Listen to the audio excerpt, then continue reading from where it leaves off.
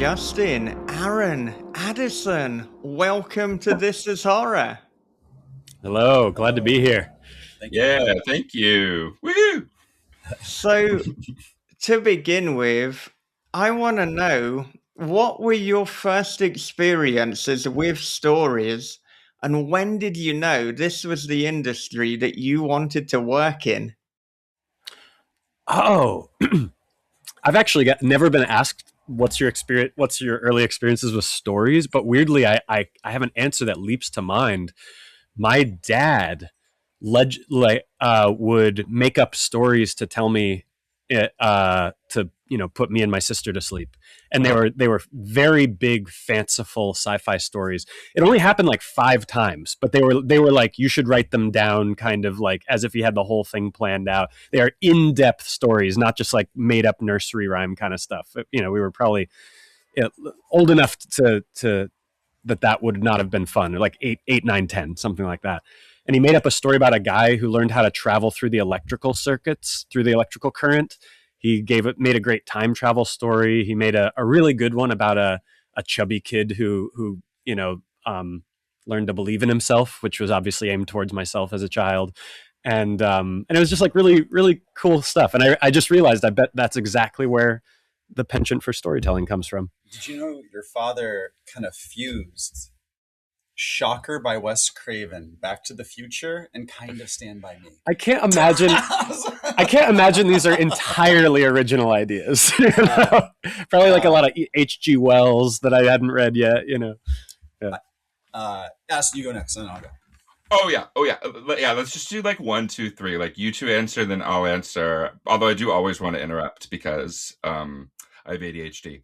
But mine's like the fucking like normal gay kid shit. Like I watched Buffy the Vampire Slayer and I was just like, yeah, I want to go to there. I wish it was like more original. Like I wish I found this like niche, like underground movie, but it was like Donnie Darko and Buffy and X-Files and I always kind of wanted to do that. And then when I was in playwriting school, I kept writing movies where there were like dragons.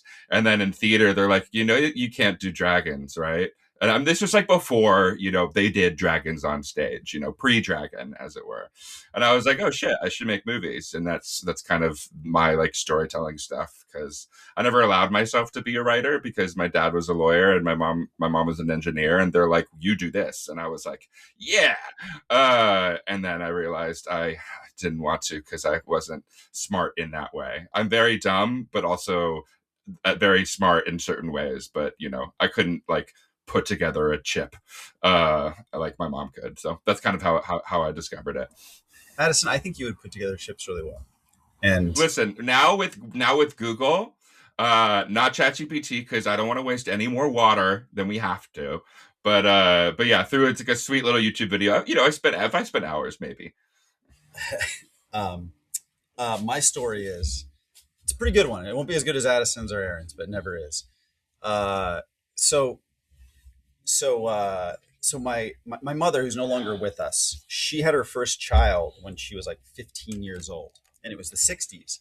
And so back then, this whole thing, she was sent away for like a home for unwed mothers. She gave the child up for adoption. But that child is my brother, who's 11 years older than me, and we have the same mother and father. And he came and he contacted us, and I met him when I was 7 and he was 18 years old, and he showed up with a stack of Stephen King books and gave them to me. And it changed I would not be sitting here now had we not been raised in different families and he had not shown up at meeting my brother when he's 18 and I'm 7 with a stack of Stephen King books.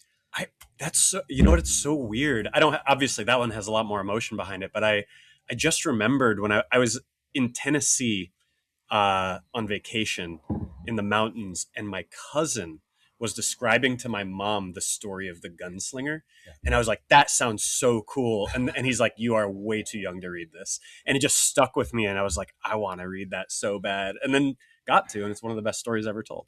Yeah. What was your first Stephen King novel? Because mine was strange because it was Dreamcatcher.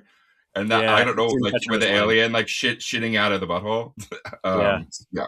So my that stack my brother brought, the Gunslinger was among them. That remains his favorite of all of them. But he also gave me Salem's Lot, and there was a like basically like a book of novellas. Is it called Four Past Midnight? Something like that. It's four short stories. Oh It's got yeah, Needful Things in it, I I think, know. and the Black Dog and Needful and Things has got to be standalone because the book is like this thick, I isn't guess- it? oh, But is it? but no, but there's one I'm just getting like, maybe I'm something wrong. wrong. I'm No, mixing- maybe I'm wrong. I'm probably sorry. mixing it up. Yeah. But it was one of the anthologies, and it was also Skeleton Crew, another anthology. Is the other one Night Shift? Mm-hmm. It was basically all the anthologies up to that point. Salem's Lot, Gunslinger, and it was the one that had the beautiful paintings in the picture, the illustrations within the text. Yeah, Roland like holding the rose At sunset. Yeah, yeah. Oh my That was goodness! a good question, guy. I love that. What's our first experience with storytelling? That's great. Yeah. Yeah. And just this idea of you're 7 years old and you're being presented with a stack of Stephen King books. Like I kind of wish that happened to all of us. I mean, what an initiation into story. Yeah, it was a stack of Stephen King books, and it was a mixtape cassette tape that had like a lot of like what they would play like alternative rock stations at the time. Like it was like everything from Social Distortion to Pet Shop Boys to Depeche Mode to The Cure to Peter Murphy. So it's like all that like radio play kind of good alternative rock. Just a mixtape full. So I was just listening to that tape, reading a lot of Stephen King. And Wow. I mean, this day when I hear Duran Duran, I think of Yeah. I mean, it's a straight line. It kind of is. I don't know what it is. Duran Duran is the Stephen King of the music world in a weird way. Like, kind of is there. Yeah. I mean, you didn't just get a kind of long lost brother. You got an education. Yeah. He came to see Aaron and I speak at Comic-Con in 2017, around the time The Endless was coming out. We were on his panel. Apparently they asked me on the panel like my first horror movie was or something. And he's like, "You lied up there." And I was like, "I didn't lie." I don't totally remember, but the truth was that he had rented me The Exorcist and Evil Dead 2, and I was so afraid of Evil Dead 2, I couldn't watch anything else. And he's like, and it was like, "Oh, because I was so young, I didn't even understand it was comedy." You know, like I just thought it was I thought Evil Dead 2 was terrifying. Yeah. And I see it as an adult, I'm like, this is like some of the best physical comedy ever done in cinema. And so, I mean, all of this begs the question. These were the first stories that you heard, but what was the first story that you wrote? Oh, Addison man. has to go first. Yeah. I mean, it was like I wasn't writing when I was a kid. I mean, unless we count, I remember being in 5th grade, and this actually is probably better than me actually telling the story about how I wrote the play about dragons. I was in 5th grade, and there was like, I don't know if everybody had to do this, but they gave you like basically a blank picture book, and you had to flip, and then you had to write your own story, and then draw the pictures in the picture book. This guy, this elementary school kid, wrote won the prize for like best thing, but like wrote a story about like people, like kids on an island that, had to, survive a supernatural source. I think we had just read Lord of the Flies, and so of course I did the same thing, but he was like one of those kids that are like, is a drawer, or like, or his like mom did it, who knows, but he was a drawer and I was not. So we had similar stories kind of based off of that. I wrote kind of the same thing, same vibes. And he won the prize, and everybody told me that I sucked, and especially my drawing sucked. And that was my first, experience with critics. And I was like, and I got through it. And I was like, if I can get through the pain of this, then I can deal with Twitter. And so that kind of thinking, all the way back, I was prepared. But yeah, I still to this day only draw stick figures. My for Touch Me, and also all the movies I make, all my storyboards are literal stick figures because I am very bad at that. But funnily enough, they do help convey it regardless. So good for me. Dude, Addison, You should Yeah. genuinely be proud of that because I literally can't even use stick figures to draw a storyboard. Like I You just can't. can. No, I've seen you do it. I'm literally incapable of Yeah. expressing an idea as a storyboard.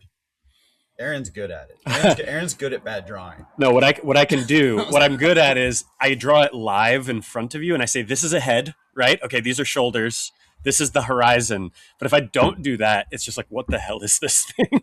Literally, I feel like I drew a Thank nose you. bleeding, and Yeah. no one could understand what that was. And I was like, it's a nose. And they're like, you have to understand that does not look like a nose.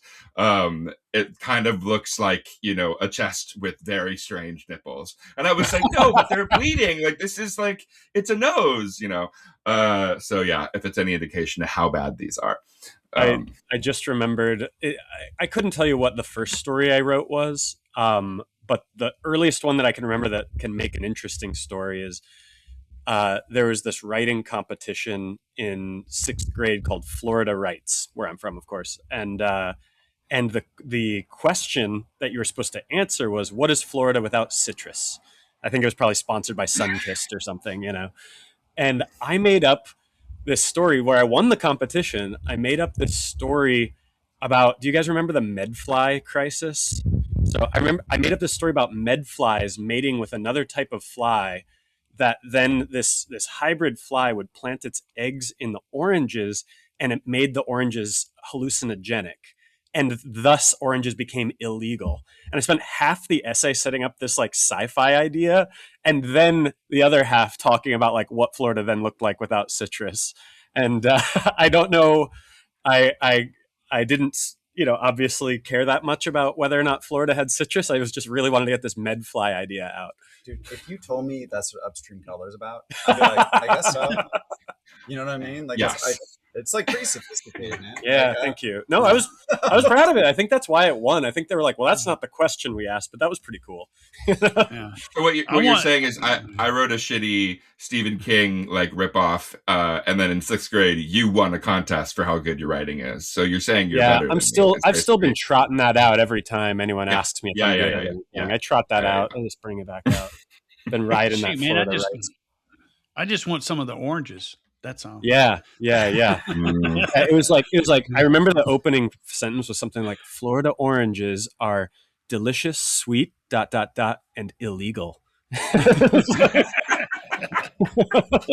Honestly, if that was the first line of a book, I would go, well, now I have to read the rest of it. I know, exactly. You hooked me. Yeah. I'm turning the pages. Yeah. What's funny is like I was like thinking back and I was like, oh, in high school, in the very occasional time I would put any effort in, I do remember I wrote something that a teacher told one of my parents about, that they're like, oh, he might have a talent at something, despite barely passing his class. I was like, you might be have like a little thing here. There might be a little grain of something. I'm sure it wasn't great. But but then I got into college and I got really into it. But I will say, like, I think I blocked it out because I think everything I wrote was like a bad Chuck Palahniuk ripoff. Oh, we all went through that. Okay. Phase. Yeah, that's okay. Addison, you had a Chuck Palahniuk ripoff phase? Yeah, I know who that is. Uh-huh. Yeah, I remember loving like thinking up a really pithy societal a pithy societal observation and repeating it every once in a while and being like, that's pretty cool. That's how you write. Read Survivor and was like, I could do that. It was just like parking is the gasoline of the new millennium or whatever. I don't know. And then to kind of fast forward to when you all met. Well, not all of you, because Aaron and Justin met way before. But as I understand it, Addison's film Hypochondriac and then Something in the Dirt were playing a lot of the same festivals. So is that how you met, or did something precede that? We actually met way before that. Addison probably doesn't remember. We met at Cucaloris, remember? I remember we hung out at Yeah. Cucaloris. And I doubt Addison best remembers. friends. It was like years before. We met at Cucaloris. Yeah, and years then- before. Yeah. We totally met, and I'm the one who forgot. But then we got to, the fun thing is, we were lucky enough to have the same distributor and have movies the same year. Theirs was at Sundance, mine was at South by, and we like got to know each other in Switzerland, of all places. There's this like beautiful festival called Neuchâtel that's a genre festival that like is in a mountain town, like right in front of a lake. And we had the same distributor, so we all got put in a room, and they were shooting Loki, I believe, at the time, so got to pop over for the weekend, and just like it was dope. Like I got to see their movie, they got to see mine, and I'd known their producer Dave Lawson a bit, like maybe I met 3 or 4 months ago, but like they were just. Justin and Aaron have this thing, it's like make movies with friends. Like they have stickers. You can find them in LA everywhere, and like we became friends, and that's how it started. And then it wasn't until like a year later, I just sent them a script. I sent them the script to just get notes. Cause I was like, I don't know. And you're not even thinking that this would be like anything that they would jive with, because like it was, yes, it had aliens, and yes, they had tentacles in spring. My favorite part of the movie. But like, and their notes were just so strong and smart and interesting. When I like started going out with it, like I, messaged them, and I remember I was washing dishes. And like, I had met with Dave just to talk about it. It's like, listen, I'm your friends. Like, there's no big deal. Like, I just like think like, potentially this could be something we could work on together. And then I didn't think much of it because like, only so many movies can get made. And then I got accosted by them via a phone call while I was washing dishes. All of a sudden Dave calls me. He's like, oh, by the way, you're on the call with Justin and Aaron. And I was like, oh, great. Just like a very, very lovely little like moment of like not realizing that I was essentially being interviewed, but like I was also trying to focus on washing dishes. I could have stopped washing dishes. That was never something that needed to happen. But they basically were like, okay, like why do you want to work with us? And I was just like, because I like you guys. I probably was a little more somewhat intelligent in that sense, but the real honesty was just like I really respect the things that they do, and I really love the work that they put out. And while this is like a little bit more like oddball weird than that, I think I given how specific they are in crafting story, I was like, this I think can make sense, and I think like together we could craft something really cool. And they're like, okay, cool. And then they hung up, and I was like, huh. And then like it was so casual. Then like Dave was like, all right, we're gonna make a movie, and I was like, what? And then that just kind of kept going from there. So it was it's funny, you go to these festivals and you have goals of making friends, and you don't really think about the aftermath of it, because I find that that's like the least helpful thing to do, because then you're just anxious the whole time. But making genuine connections tends to move and move, not career, but like it ends up, you find your people. And I always talk about like finding my freaks, because while I never think my movies are weird, other people do. And so I think like, when you find people who actually like believe in you and get your message and trust you, it like that's it made perfect sense for me on my side to like be involved with these two, and based off their immense like just like generosity on helping other artists, and also just because they're cool dudes who know sci-fi. There's something really special about reading a script and finding it to be electric and funny and all of that, and also immediately realizing 2 pages in that you're like, oh, we could never do that. This is singular. This is a point of view we could never have. And also it's like, I think when it comes to things that are lean more like horror comedy, it's things we're fans of, but we never endeavor to do ourselves really. Mm-hmm. So it was really special to get to participate in any way. And from page 1, that script like really leaps off the page. Like it truly is like, it's like you can feel the energy of him creating it. Yeah, very much so. Yeah. And that's very rare in the motion picture industry. Usually by the time you read something, anything singular or bold, or has been kind of like weeded out. It's like gone through the cheese grater. Yeah. And our production company with Dave Lawson is called Rustic Films, and one of the things that we do at Rustic is that we don't work with filmmakers that really actually need our help. It's if they want some help and they feel like we can fill in the gaps, but it's not like, hey, let us shepherd you. We know how to fix your story. We know how to do all that. Really, for us, it's really like nuts and bolts. Like, hey, do you have a sound mixer? Okay, we know a good sound mixer that can make this work. Hey, is your budget balanced? We can figure out where the fat might be and make that work out.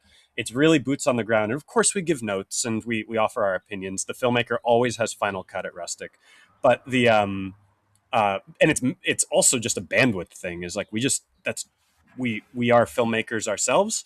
Dave is a filmmaker himself. For us, it's like we just need a project that doesn't need our help in order to be good. It just needs our help in order to be made. And so with Addison as a personality and his script with Touch Me, it was just like, oh yeah, if we can help this get birthed, then lucky all of us.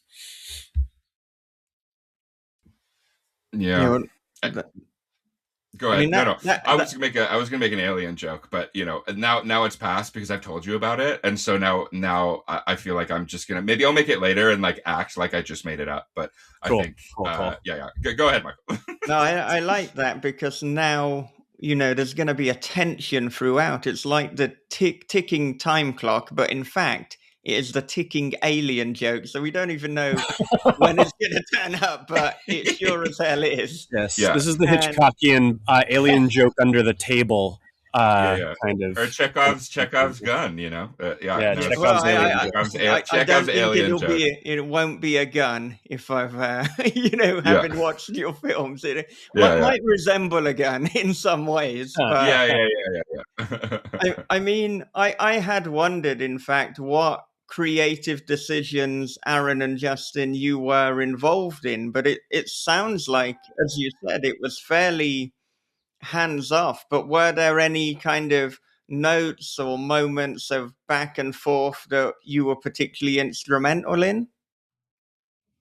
I can answer that because I remember one thing that Aaron said to me, which I think is what they do in their movies so well, is I think originally in the script, you're right. The thing about horror is like it's hard to surprise people in horror because there's an expectation that the things will go wrong, right? It's like a slasher, people will die, supernatural monster, people will die, things go wrong. So it's like when something starts happy, it's like you're never going to be able to convince somebody that something is not going to go wrong. So I remember in the original script, the two characters, once they find out that that something is wrong, I wrote, okay, we need to go. But Aaron's note was subvert our expectations, and that's the beautiful thing I think about, like, you can lead people down a certain path, but like when you really institute those surprises, that's when scripts really sing. So the biggest note that I did there, like through Aaron's help, was like subvert that expectation. So create a world in which, I don't know how spoiler I want to be here, so I'm like trying to like talk a little bit. I think what you're talking about can be said. I think you can almost get it from the trailer, so go ahead. Yeah, you're so right. So they're basically like, they're addicted to the alien fucking, right? And they're so addicted by the time that they find out that he's killing people, they're like, oh no, we should stay. And they both want to stay, like, rather than leave, because they're so addicted to it and they're also kind of in love with them. And like what that change, I think, unlocked so much, because so often for me, my biggest trouble is right after the halfway point. Obviously, usually something big happens, and that's, like when the reveal happens, and it's like, how do you sustain that until you get to the final confrontation? And then once I was just like, oh, they want to stay because they want to fuck him because they're so addicted. It's like heroin. I was like, boom, done.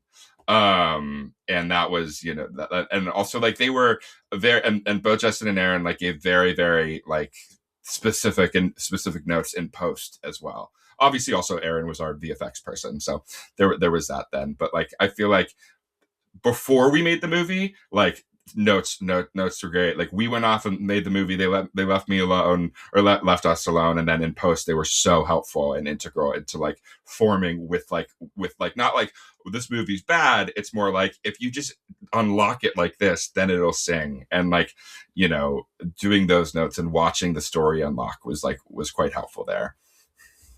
Yeah. The only other thing I can think about, like my own contribution, something we haven't talked about a whole lot, but you know, obviously Lou Taylor Pucci's in the film. Oh, of course, yes. And when you first gave Lou the role, Lou's like, okay, I'm gonna have to, you know, kind of dance funny and have tentacles and such. We know what this is, right? And I know that for him, that was very, forgive the pun, alien to him. So he basically came in, he lived with me, and he shadowed me for several months to learn that character. The dancing, I think, all came from all you. that. The dancing was all me. The haircut was me. You trained him physically too. I did. That's how he got his abs. Yeah. And they're just looking at you like you're serious. like, this is killing me. I'm like, I'm really gonna. I'm like waiting for like when if I should jump in or if we should just like pretend that it's true or, but like because it started real because you said Lou Taylor Pucci. I was like, oh yeah, Justin and Aaron like sent him the script and basically accosted him at a party where he thought he was going to hang out with them and said you should do this movie. So that was definitely very helpful. And then they teed me up, and then Lou was like, "I need you to answer very specifically all the sci-fi questions," because I think he was used to working with Justin and Aaron, who knew everything. And fortunately, I was able to be like, "Oh, well, this is how it works." The funny thing is, like, he didn't ask me about the dancing. He didn't ask me about looking looking ripped because I never asked him to. But he was just like, "No, I need to know like when he goes in the pot and they're gestating, like how long it is, just like how do these things work, how do the mechanics work?" And like I was like, "Oh, this is how it works," and you know. But yeah, it was all, and it was also Olivia Taylor-Dudley, like they, because they've worked with her as well. You know, our two of our main leads came from the Rustic family, which is wonderful. Yeah. There's actually one thing that I think is kind of fun. This isn't really contribution, but it was just watching the film evolve. And it was just between the roughly for what we saw, the first and second cut. And it was interesting where one way to describe the first cut is like Lou in particular, but everyone, but Lou is making a very strong performance choice. You know, he is transforming and he's using this Shakespearean language. He's, you know, it's a risky gamble that is not naturalism. You know, it's easier to just play a version of yourself in some ways. Lou is playing, you know, dyed black hair and, you know, just a different guy. And the first cut, for whatever reason, it did not work. The choices were not selling. They just didn't. They were transparent, and that's, by the way, that's the risk that any actor takes with any movie that they edit. That the edit at some point doesn't honor what you're up to, and then there were obviously everyone knew this was a very early cut. This was like, here's like the movie beginning to end, and that's it. And then there was a tonal shift that was made that I think you can describe better in terms of the horror versus comedy stuff.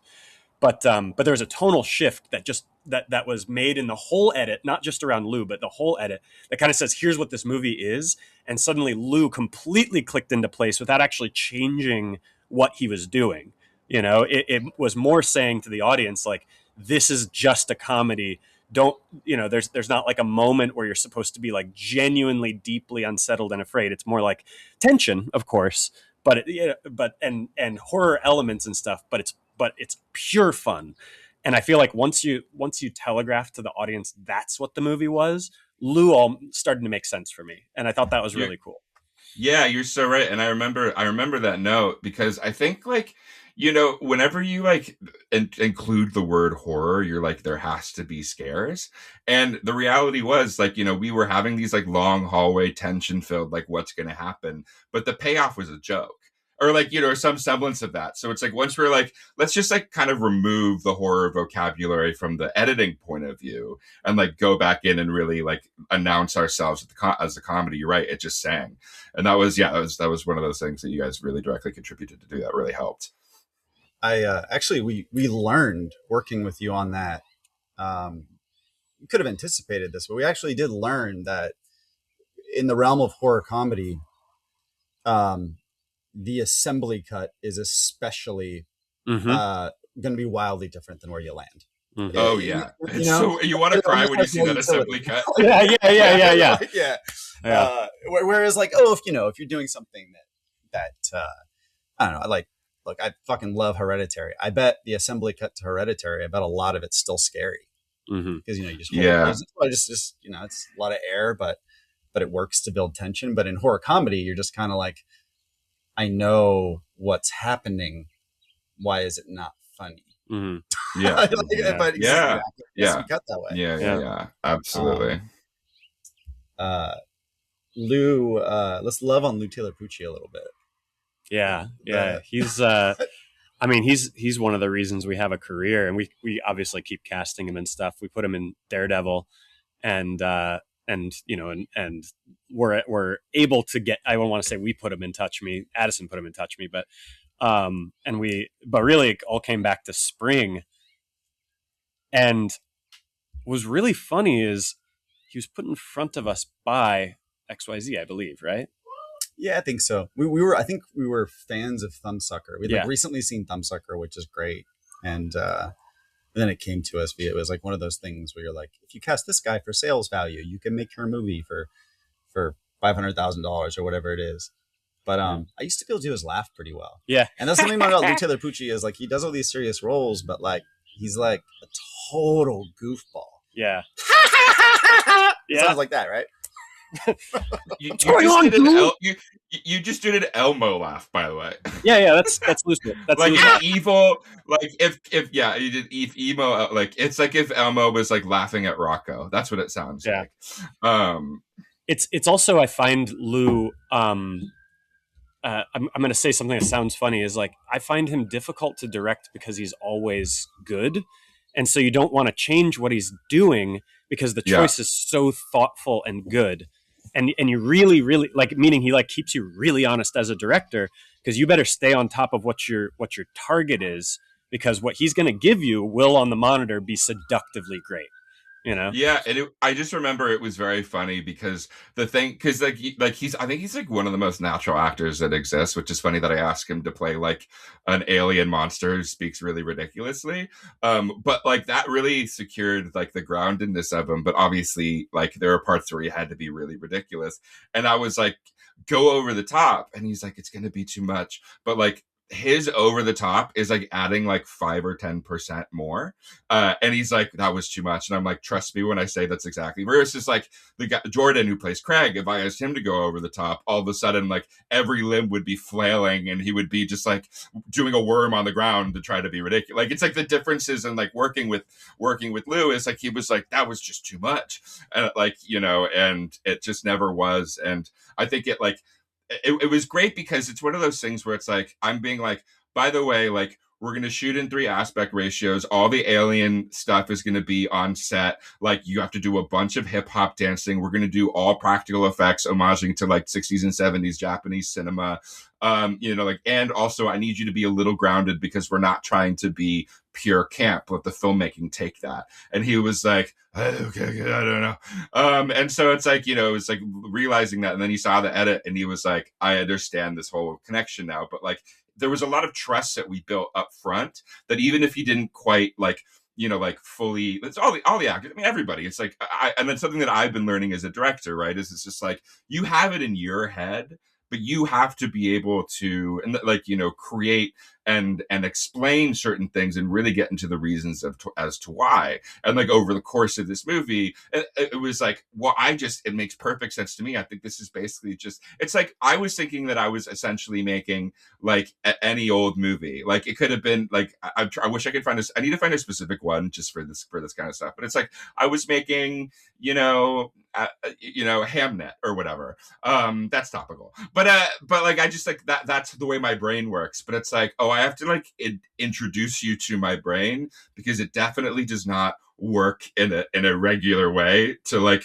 come out the way it is. And as the actors just like really bonded so easily and sunk in. And so when we got on set, like Lou was just, everybody was just like so connected and on their stuff that like I saw what they were doing was exactly what I wanted. And then I just had to reiterate to them, being like, this is like the thing that we're making. And once they were able to see a cut, they were like, I understand everything put together. Like I could understand the moving pieces, but like it is showing them that, like, not the first cut, I showed them the second cut because the first cut needed some work, but like that was it. We were able to like really get specific, and that was really enjoyable as a process.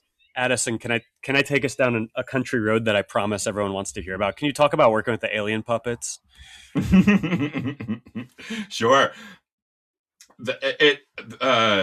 We worked with Russell Effects, who are incredible. Josh and Sierra, they've done project with Justin and Aaron. They've done, they did the most recent Hellraiser reboot, and like they're like both like do like huge projects and low projects, and they also, like me, like are into tentacles and aliens and stuff. So when we were like, can you do this for this money, they're like, oh yes we can.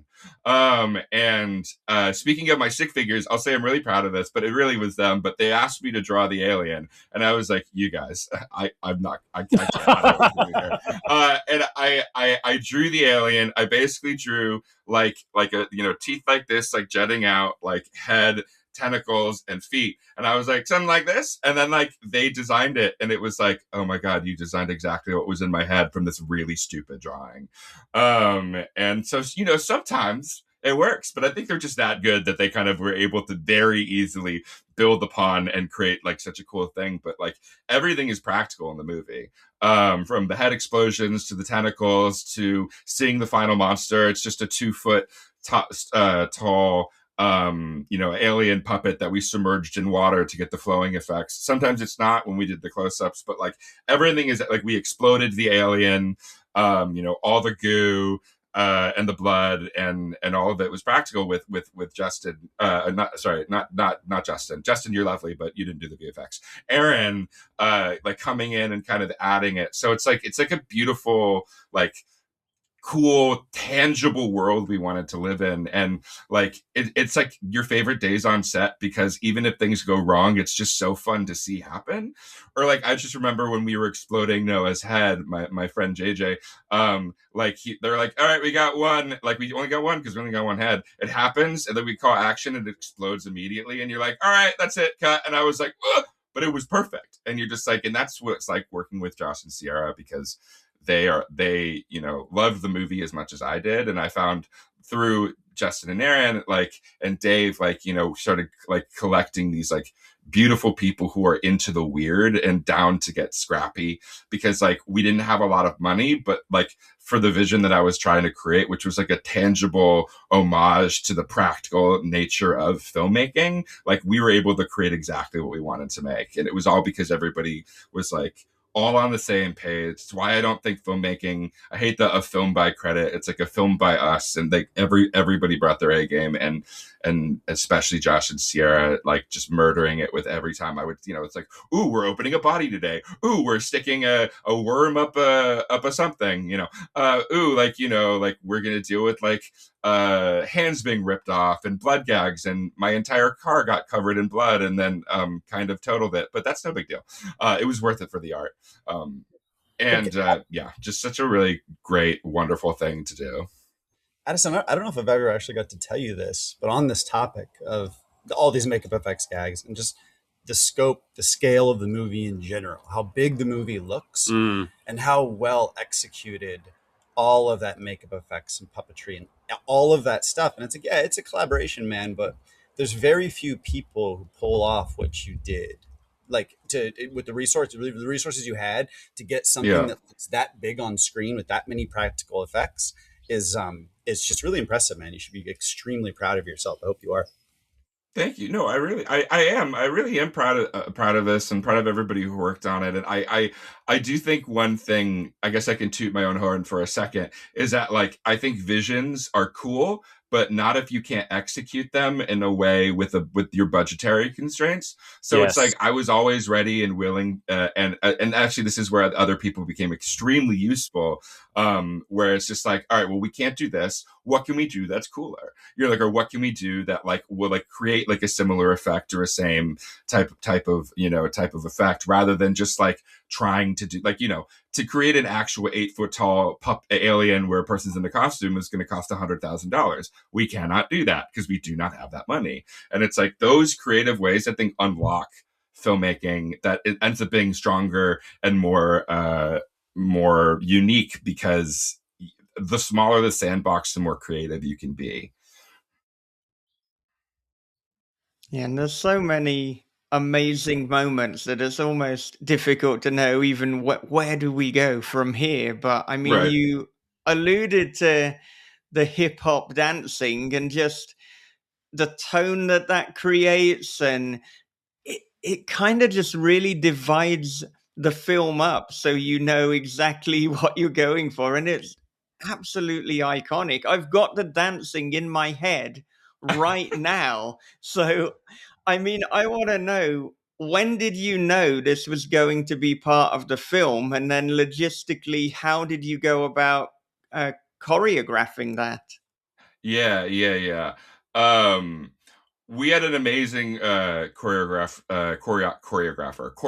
Meredith, who, along with Lou, like created the dance, and it was absolutely wonderful. In terms of where it started, it's so funny because I remember being in South Korea at BFAN, which is just a wonderful festival, and had the most thoughtful questions asked. They were like, "What's the metaphor for the alien serum?" And they're like, "Oh, what's the metaphor for this?" And a lot of it, like, I'd be remiss if I just didn't say, like, I just thought things were funny.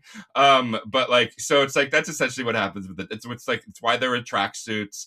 It's like why there was a hip hop dancing. It's like why there's all the Duolingo jokes, because I do Duolingo and my streak's almost at 2,000 at this point. So it's like, but it also, it's funny because, like, you know, to take it maybe a little deeper, is that it's all kind of a collective part of, you know, we talk about how fun it is, we talk about the comedic nature of it, and like I kind of formed the script and the tone essentially to recreate what it's like to live in my brain. I have obsessive compulsive disorder, which makes for a very fun time. It doesn't, but like it is, but like going through therapy with it, doing something called ERP, exposure and response prevention therapy, which essentially makes you face your fears without engaging in the negative thought spiral in which you encounter as like a person with a logical brain. Basically, you're like, I think there's a problem, and I'm just going to examine it from every angle until I feel better that actually the problem is not a problem. But OCD, people with OCD or generalized anxiety can't do that because you just get stuck. So something you do in ERP is you expose yourself to it. And one of the main ways that you can do it is by taking the idea and then putting it in an absurd situation. So I usually give the example where it's like, if I'm convinced my boyfriend's going to break up with me, while he's breaking up with me, there are unicorns in the background having a full orgy. And every time he tries to say that a bad thing about me, a unicorn comes and makes a really loud neighing sound. So it's like you write this little short story that nobody will ever see, but then as you start having these thoughts about like, oh, my boyfriend's going to break up with me, all I can think about is a unicorn coming, which is so much better than feeling completely anxious about something that could inevitably come. And that is essentially what Touch Me is as a movie. So you know, like you get, you have these ridiculous moments, and then all of a sudden you also really have this like kind of undercurrent metaphor about like addiction and mental illness, and you know, trying to find the quick way out because trying to solve it is just too damn hard, while you have like three people dancing and, you know, heads exploding, and like, you know, like evil Laura with her samurai sword, you know, lying all the way through. It's like that to me is like kind of an entire world of what it's like to live within my brain.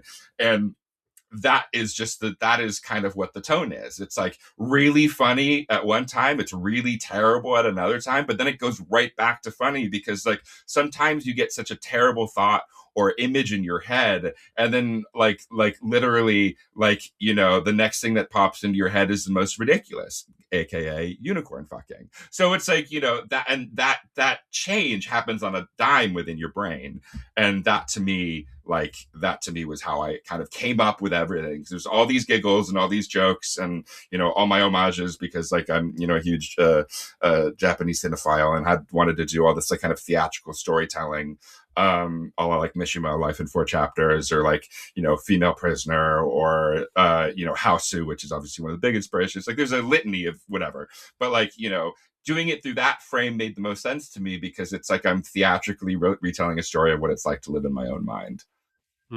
Weirdly, I wonder. I just saw Synecdoche, New York for the first time, and I just now kind of drew the connection between Touch Me and Synecdoche, just in terms of an exploration of what it feels like to be the creator. Yeah. We've spent, you know, rightfully so, a lot of time talking about how impressive the practical effects are in Touch Me and how impressive it is that Addison pulled it off with the schedule he had, the resources. But this talk of this group lovemaking by unicorns, that is a good use of AI. Yeah, we should fire up the AI engine. Truly, like that's really better. No more wasted water bottles, please. No. You can't stop me. I'm going right now. I think it's actually our background for this. Here's the thing: it's going to be more gratifying if I drew it with stick figures, because I think you'll actually understand a little bit more than the AI. It'll feel more real and more tangible. Yeah. You'll be able to give it nuance in the shape of definitely the stick. Definitely nuance. Yeah. Especially if I draw like a little thought bubble to like see what they're saying. You know what I mean? There's like so many things that like, you know, just give me like a day or two and I'll send it to you for your enjoyment. This is why we're good collaborators. You stop us from ruining the world with water bottle guzzling AI, and we encourage you to embrace your artistic talent. Yes, absolutely. Yeah. You guys are like, please, can we get this back on the rails? No, this is all good. Yes. I mean, at any interview where unicorn fucking is mentioned, it's like, well, we're having a good day here. Yeah, I think so. I mean, talking about kind of unique things, because you may be shocked that unicorn fucking does not come up a lot in This Is Horror. This might be Gourmet, yeah. This might be the only film to include queef juice in the dialogue. So yes, there's another unique part to it. Yes, of course. My millennialisms, like just making like it is funny because Craig and Joey, you know, Jordan and Olivia, like that to me are like, they're like kind of two sides of my same psyche of like kind of the worst inclinations of who I am as a person. You know, obviously you'll see a lot of similarities between Jordan and me, or Craig and me, just in my humor. I swear I'm not that terrible, but in my brain sometimes I think I am. And so like that was just like that thing of like, what would it be like, you know, if my worst self, or at least my most damaged self, like went through this journey, and what would I really do if put in this situation if I was promised paradise? And what would I give up and sacrifice, and how morally can I be compromised in order to get it, when it's literally the promise of paradise? And of course, that has to include the use of queef juice, and any other, you know, chungusy things that I love to include when talking about the worst iterations of myself. This was called the horniest movie at Sundance, and I think you can wear that with pride, because no joke, I do think, you know, there's of course a shying away of exactly how to depict and talk about sexuality in film. There's at least a lot of think pieces talking about it, and it feels like a romp is a good way to go about it, you know. Whereas also, though, this is talking about some weirdly heavy stuff in a really lighthearted way. Yeah, absolutely. Yeah, intimacy is such an interesting thing in film, especially when you know, it's like, it's funny because, you know, we think about hentai, right, which literally translates in Japanese to English, it translates to pervert. It's literally what hentai means. And a lot of people are like, the internet, you know, the worst parts of the internet are like, well, we know the director's kink. And I was like, you know, Hey, one, don't kink shame. Two, it is like a very, I find the storytelling behind the creation of hentai very fascinating. Obviously there's the old painting, The Fisherman's Wife, getting, eaten out by an octopus. But there's this movie, very blasphemous. I really do not recommend watching it, called Erotica Doji. That is the first iteration of hentai, like in anime, and it was created around to get around the censors in Japan, because you couldn't show anything below the waist, you had to blur it. But tentacles are, they're arms, they're not penises. So that creation of that kind of like completely set for like a very wave of so like through the repressed society became the more kind of niche interests to pop up.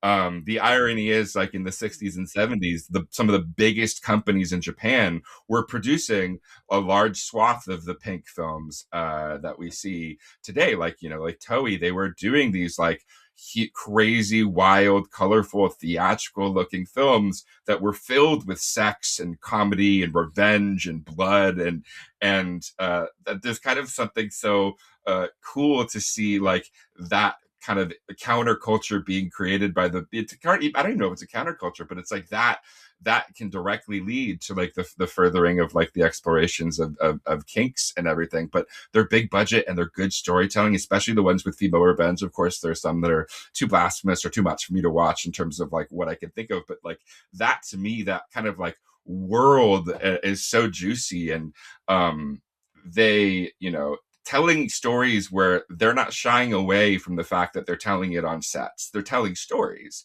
That's what we're doing as filmmakers. We're telling stories. So for this, it's like, this is a story. We're telling it as a story, and we're not pretending that we're not in a movie. We're telling it like they did in the 60s and 70s, where it didn't matter if something was like beautifully VFX. It's actually more real in a way, because you see the actors react to it as if it was real. And obviously, who doesn't love seeing real tentacles and real head explosions, and everything like that. I think I got off topic, but like I am really glad and really love with what I said. So, it's okay. I also just realized there's something we're not embracing in the marketing campaign that we need to get on. No joke, which is I've heard that Japanese pornography has censorship of the private parts, and I feel like we don't lean into that at all in our like trailer materials and stuff like that. And I feel like we've gotta give that a shot. Yeah. We'll look into that. Yeah, we'll text our people. Thank you. Yeah, I'll call the people. Yeah. Yeah. Yeah, and that censorship, it's still here today. I mean, if you go on a Japanese website, an adult website, they will have blurred out the private parts, as you put it. Yeah. And, even the same if you go on social media and they can tell you're looking from Japan. Now, I think it would be more interesting if they replaced them with a tentacle rather than blurring them out. But unfortunately, that has not happened yet. But yeah, it is fascinating, kind of relegating to like the creation of social media and how certain like huge companies have made certain things illegal, like to say, and through the illegality of it comes new terms, new definitions, and new forms of expression. So like the act of banning something immediately will cause a new thing to emerge. Like very simply, it's like, can't say, kill yourself. So you have to say unalive. Like all of these like types of words that we create, people will find a way around it to convey the same thing. And that's essentially how hentai was created. And I find that fascinating, because it's like trying to control something that already exists. It's like the same with this movie, right? It's just like, it goes back to like this, I forget that they're called like the scaries, back in the UK when they were banning all the horror films and they had censors, it's like the more you try to like remove things that like maybe grander society includes, then like the weirder things that will come up, which is both good and bad, because you get more underground art and you also get, the dark web. But yeah. All right. Well, this has been an absolute pleasure chatting with you all. And I mean, Touch Me, it's such a thought provoking, it's such a funny, it is a film that is brilliant on so many levels. So I really do encourage people to go out and to watch it. I mean, there's so many things we haven't even spoken about. We haven't spoken about sugar-free lemonade powder. We haven't spoken about shit coming from the shower. So there's That lots really to happened. enjoy. That really happened in real life. So that's where that Oh, that's where that wow. came from. Yeah. Yeah. Yeah. But yeah, I mean, I'd love to do something like this again to talk about some of your other films. But for now, Yeah. thank you so much for joining us. Thank you, Thank you guys. so much Really for having appreciate us. you. Yeah, Thank you, and guys. I'm totally down whenever, if you want to do an extended whatever about this stuff, because I can talk about this movie forever.